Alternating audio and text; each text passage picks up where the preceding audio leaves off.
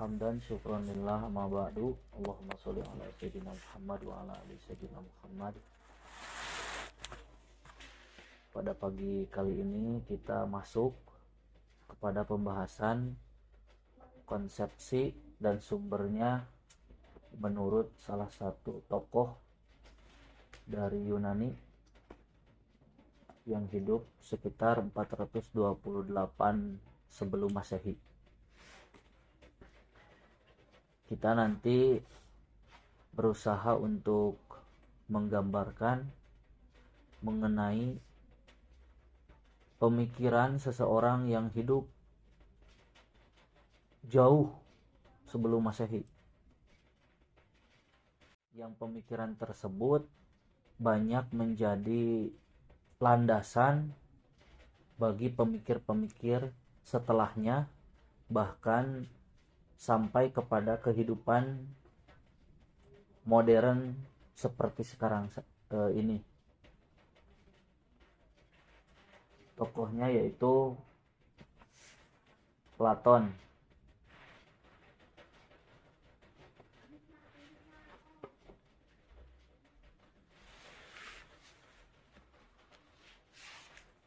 Bagaimana konsep di dalam benak seseorang bisa terbentuk? Dari mana sumbernya? Kemudian relevansi pemikiran Platon terhadap kehidupan itu seperti apa? Nanti kita coba untuk gambarkan.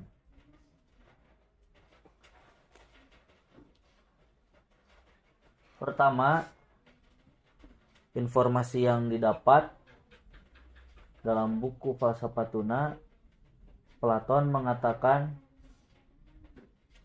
jiwa manusia itu hidup secara independen di alam non-materi, dan saat itu jiwa mengetahui seluruh pengetahuan.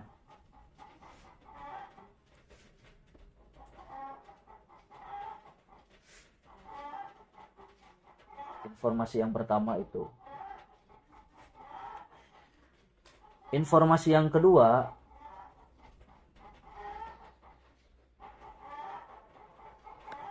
jiwa harus turun ke alam materi, bersatu dengan jasad untuk hidup menjalani kehidupan sehari-hari, menanggung berbagai tanggung jawab, berinteraksi dengan manusia lain, dan saat itulah jiwa kehilangan pengetahuan. Saat jiwa turun ke alam materi, bertemu dengan tubuh, menjalani kehidupan, saat itu pula jiwa kehilangan pengetahuan. Lalu bagaimana manusia bisa mengetahui kembali? Yaitu dengan memaksimalkan potensi indera. Saat indera berinteraksi dengan berbagai hal di dunia materi, disitulah manusia bisa mengetahui kembali. Dan proses pengetahuan tersebut disebut oleh Platon dengan istilah mengingat kembali. Lalu dari mana pengetahuan itu hadir? Tadi kan ada kalimat indera manusia berinteraksi dengan benda materi. Apakah pengetahuan itu berasal dari benda materi yang ada di alam? Kata Platon, bukan. Indera hanya menjadi pelantara berinteraksi dengan benda materi. Sedangkan pengetahuan hadir di dalam benak manusia itu berasal dari alam non-materi yang dia sebut archetype. Jadi pada pemikiran Platon, archetype berfungsi sebagai sumber pengetahuan. Nah, informasi-informasi seperti ini kita akan coba gambarkan menggunakan kerangka berpikir dari pengantar epistemologi yang pernah kita pelajari pada pertemuan-pertemuan sebelumnya pada matrikulasi. Pada pertemuan yang lalu kita mempelajari mengenai alat dan sumber pengetahuan. Alatnya ada indera, kemudian ada rasio sebagai alat, kita sebut rasio 1,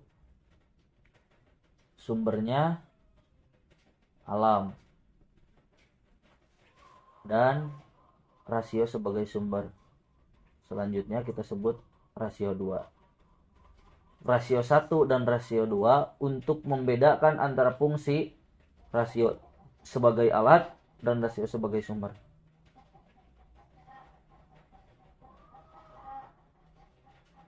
Persoalan yang kita akan selesaikan yaitu mengenai konsepsi dan sumbernya.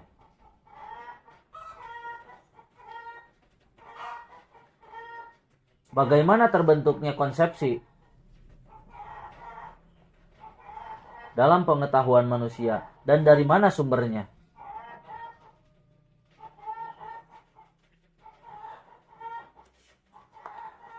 Melihat dari informasi-informasi yang disampaikan oleh Platon,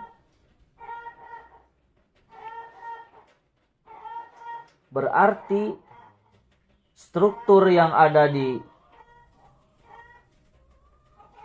pengantar epistemologi, yaitu alam sebagai sumber, ini dinafikan.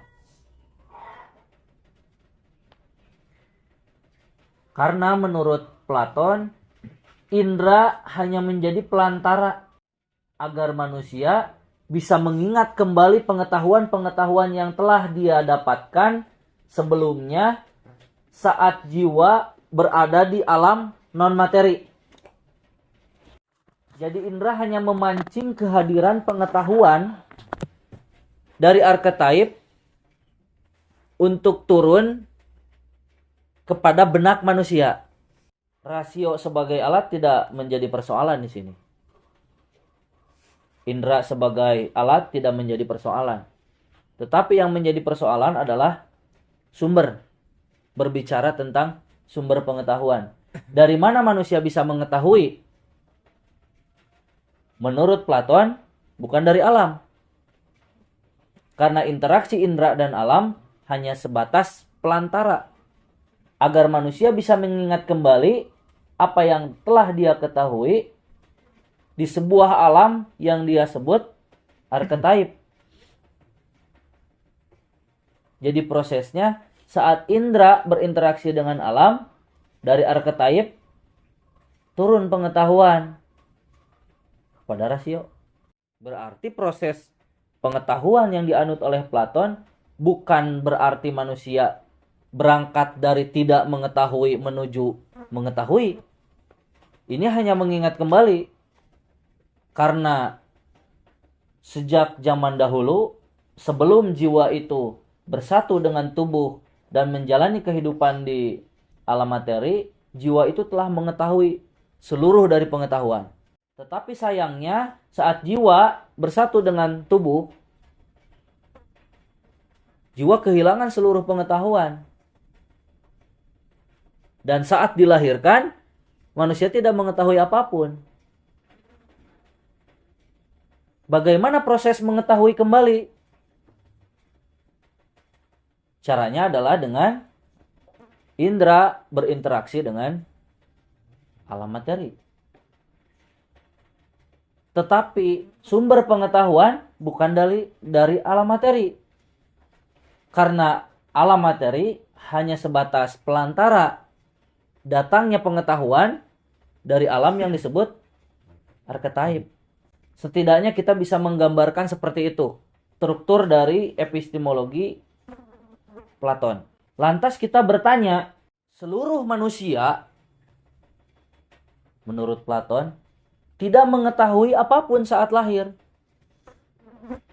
Lalu bagaimana cara manusia mengetahui bahwa dirinya saat menjadi jiwa belum bersatu dengan tubuh itu mengetahui segala sesuatu? Itu informasinya dari mana? Kita akan menanyakan hal itu. Kok Platon bisa tahu bahwa jiwa manusia itu dahulunya independen dan memiliki seluruh pengetahuan? Seharusnya kondisi-kondisi seperti ini tidak diketahui oleh Platon. Karena kan Platon juga adalah manusia yang lahir ke alam materi. Dan seharusnya dia telah melupakan kondisi saat dia ada di alam archetype.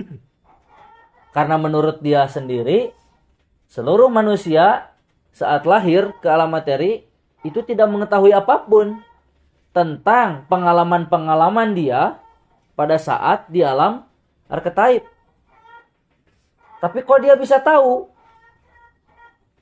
Tahu dari mana?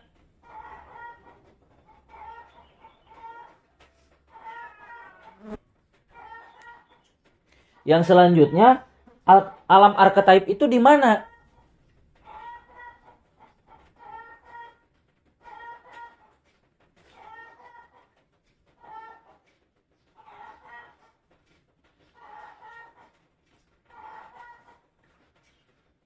Dan bagaimana proses pengetahuan itu turun dari alam archetype sampai kepada benak manusia?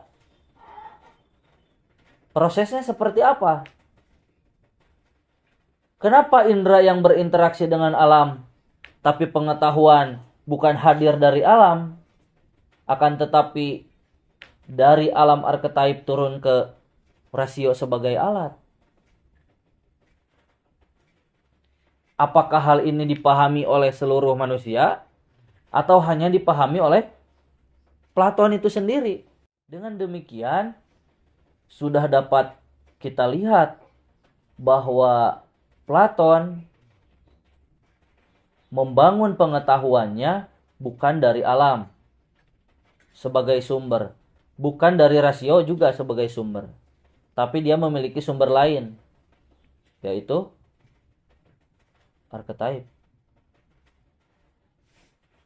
Dan archetype itu di mana? Siapa yang tahu kondisi jiwa saat berada di alam non materi? Siapa yang tahu bagaimana pengetahuan yang diketahui oleh jiwa sepenuhnya saat di alam non materi?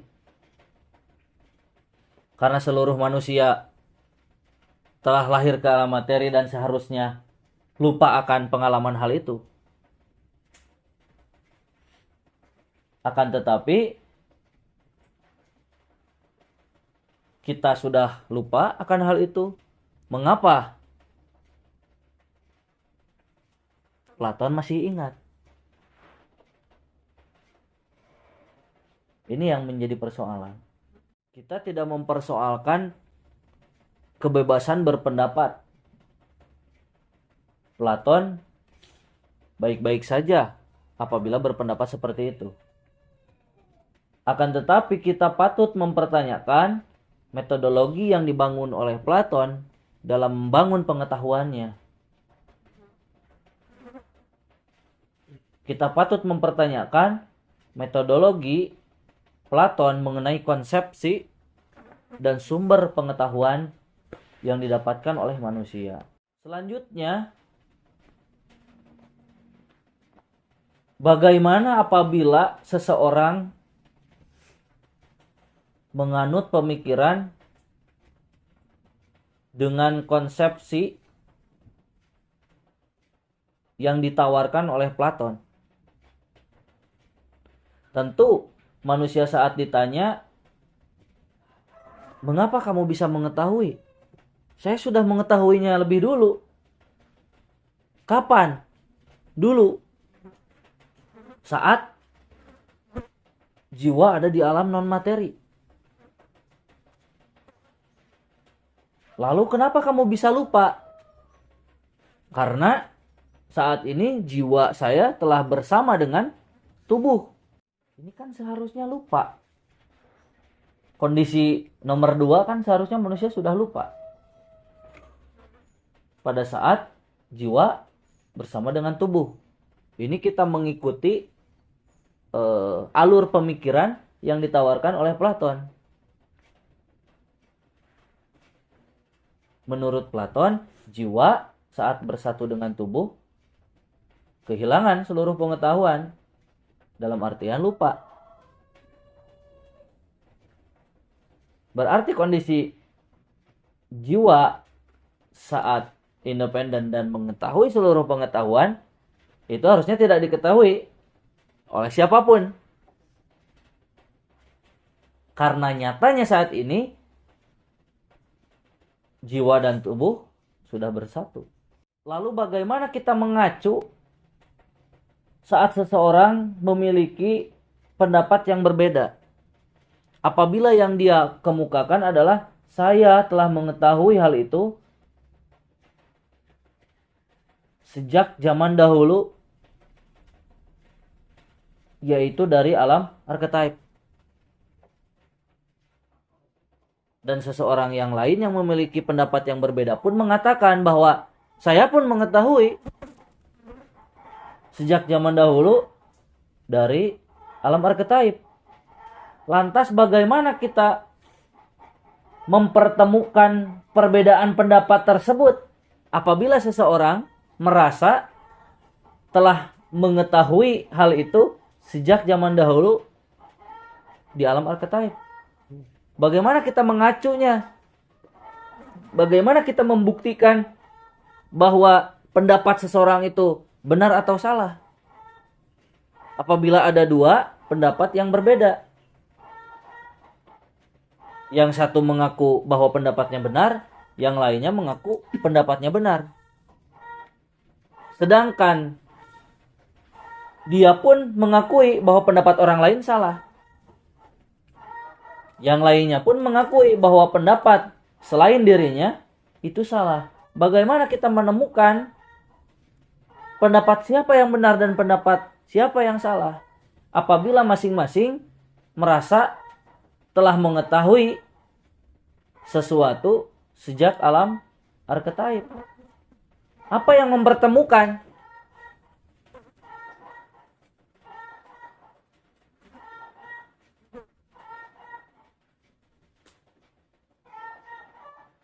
Kalau bersumber dari alam materi, kita bisa mengacu.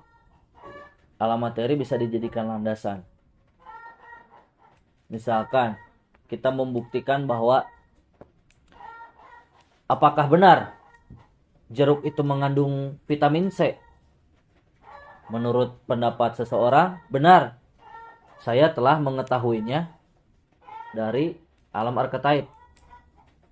Yang lainnya mengatakan tidak. Jeruk itu tidak memiliki vitamin C, tetapi memiliki vitamin A. Dari mana kamu tahu?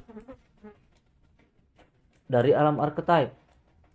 Lalu bagaimana membuktikannya? Salah satunya jalan adalah kita pergi ke alam archetype dan membuktikannya. Berbeda halnya dengan landasan yang kita gunakan adalah alam. Saat ingin mengetahui apa yang terkandung di dalam jeruk sebenarnya, apakah vitamin A atau vitamin C,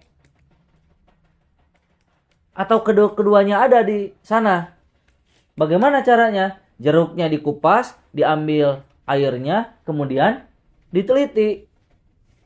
Maka dari situ terbuktilah bahwa di dalam jeruk itu ternyata ada vitamin C.